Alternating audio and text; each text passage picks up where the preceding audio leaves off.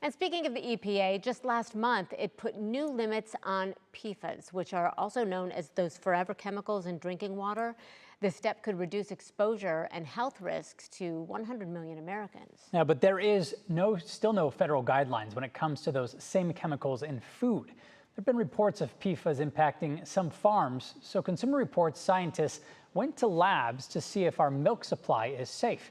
Here's Danielle Wiggins with their findings. Add it to your coffee, pour it over your cereal, or just drink a glass of it. Milk is a staple in practically any fridge. Besides essential vitamins and minerals, there might be something else in milk that's not good for you. A bunch of dairy farms over the years have reported PFAS contamination in their water or their soil, and then subsequently in their cows and then the milk that the cows produce. PFAS are also known as forever chemicals because they essentially never break down naturally, have been linked to cancer, immunity and endocrine problems, and infertility. PFAS have historically been added to consumer products to make them nonstick, waterproof, stain resistant. And then once PFAS are out in the world, they end up in our water supply, in the fertilizer that farms use, and they end up in our food, and they end up in us. To investigate the potential problem, Consumer Reports recently conducted a limited test of 50 samples of whole milk purchased from grocery stores in 5 states.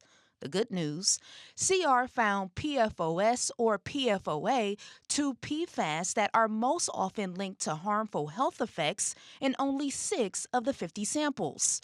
But the results also raised some red flags. No one should stop drinking milk based on these findings. However, it does show how our federal food safety agencies and manufacturers are not monitoring for PFAS in milk and other foods, and the needs for health protective limits for these harmful chemicals. In response to questions from Consumer Reports, the International Dairy Foods Association said dairy foods and beverages are highly regulated and rely on a verified system to ensure their safety and integrity.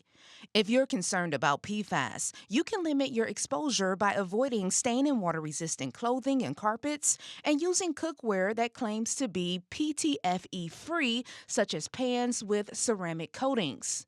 This is Danielle Wiggins. Now, other ways to limit your PFAS exposure is to test your drinking water for contaminants, and if present, you can use a water filter certified to remove them.